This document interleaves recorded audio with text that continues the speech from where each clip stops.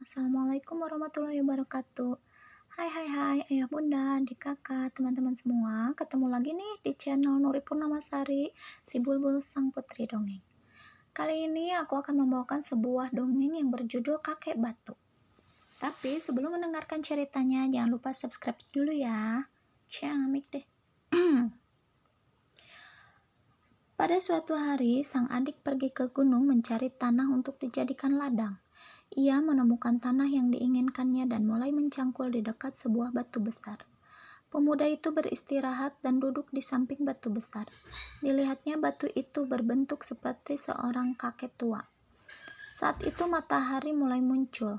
Setelah hujan berhenti, pemuda itu berkata pada batu besar, "Selamat siang kakek batu, tolong kau jaga mantel hujanku yang berharga ini." Sore itu pemuda itu berhenti bekerja dan mulai berbicara dengan batu itu, seolah-olah mereka sahabat lama. "Andai aku sekuat dirimu, kek," katanya. "Aku pasti tak pernah merasa lelah." Pemuda itu bekerja di sana tiap hari. Pada suatu hari ia sedang beristirahat dan seperti biasa berbicara pada kakek batu tentang betapa ia merasa lelah dan kepanasan. Tiba-tiba anak muda batu besar itu berbicara kepadanya. "Dengarkan, kau mengeluh lelah dan panas. Tiap hari kau meletakkan mantel hujanmu ini di kepalaku.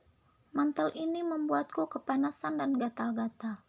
Belum lagi terasa berat sekali di kepalaku. Ambillah mantelmu dan aku akan memberimu hadiah." "Maaf, kek," kata pemuda itu sambil memindahkan mantel hujannya dari atas batu.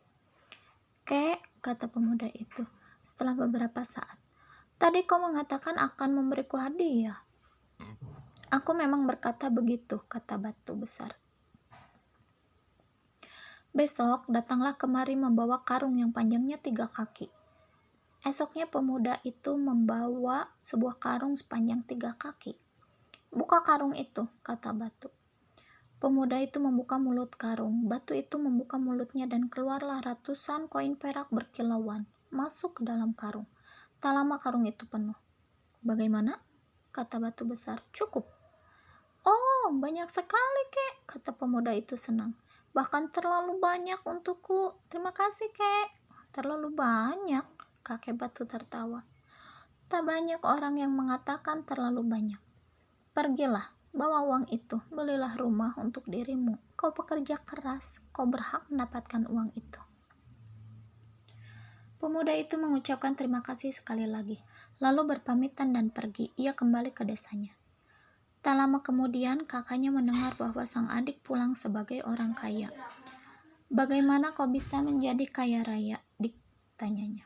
Adiknya menceritakan semuanya. "Di mana batu itu?" tanya sang kakak lagi. "Kalau kau terus mengikuti jalan ini menuju pegunungan, kau akan menemukan sebidang tanah kosong yang luas. Batu itu ada di tengah tanah kosong itu. Kau pasti dapat menemukannya, Kak." Sang kakak segera mengambil mantel hujan dan cangkulnya sendiri. Ia pergi mencari batu besar yang telah membuat adiknya kaya.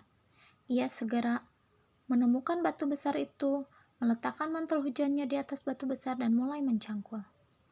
Setelah mencangkul sepanjang hari, ia duduk di sebelah batu besar dan berbicara kepadanya. "Apa kabar kakek batu?" katanya.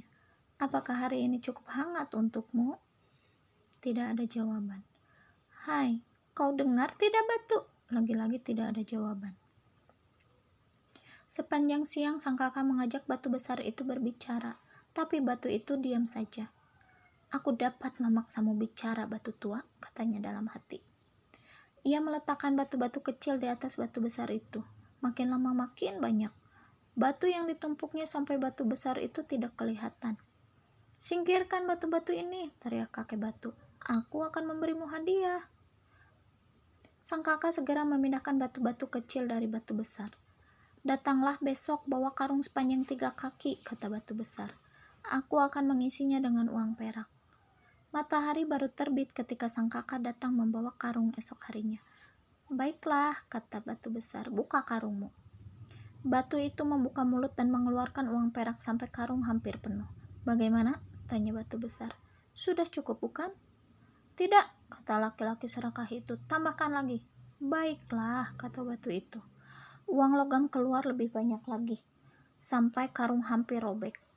"Sudah cukup sekarang?" "Lagi, tambahkan lagi," kata sang kakak. "Maaf anak muda," kata batu itu, "aku sudah tak punya uang lagi." Sang kakak berteriak, "Pasti masih ada uang lagi." Ia memasukkan kedua tangannya ke mulut batu untuk mengambil uang lagi. Mulut batu itu menutup dan tangan sang kakak terjepit. Tidak dapat dikeluarkan dari batu. "Batu tua, lepaskan tanganku!" Ia melompat-lompat, menendang, menarik tangannya.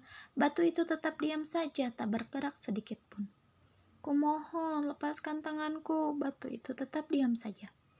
Malam tiba, hujan lebat turun sampai tempat itu digenangi air.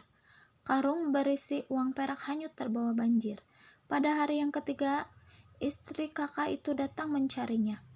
Ia menangis melihat tangan suaminya terjebak di dalam batu. "Jangan hanya menangis," kata suaminya, "lepaskan aku dari batu ini." Tapi apa-apa yang dilakukan sang istri tidak dapat melepaskannya. Sejak saat itu tiap hari sang istri datang membawakan makanan dan menyuapinya. Sang kakak terjebak selama 3 tahun. Tiap hari ia kepanasan dan kedinginan pada malam hari. Ia juga sering basah kuyup diguyur hujan. Kemudian pada suatu hari, istrinya datang untuk mengantarkan makanan. Lelaki itu mengoceh, "3 tahun sudah aku berdiri di sini, kehujanan dan kepanasan. Aku sudah tak tahan lagi, aku akan memotong tanganku saja." Tiba-tiba batu besar itu bergetar dan mulai tertawa.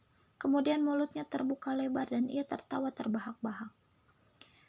Sang kakak serakah itu terjatuh ke tanah. Ia bebas sekarang. Cepat-cepat diajaknya sang istri pergi dari tempat itu dan tidak pernah kembali lagi. Demikian dongeng kakek batu. Semoga kita bisa mengambil manfaat dari dongeng tersebut. Intinya jadi orang yang serakah ya teman-teman. Assalamualaikum warahmatullahi wabarakatuh. Sampai jumpa di episode berikutnya.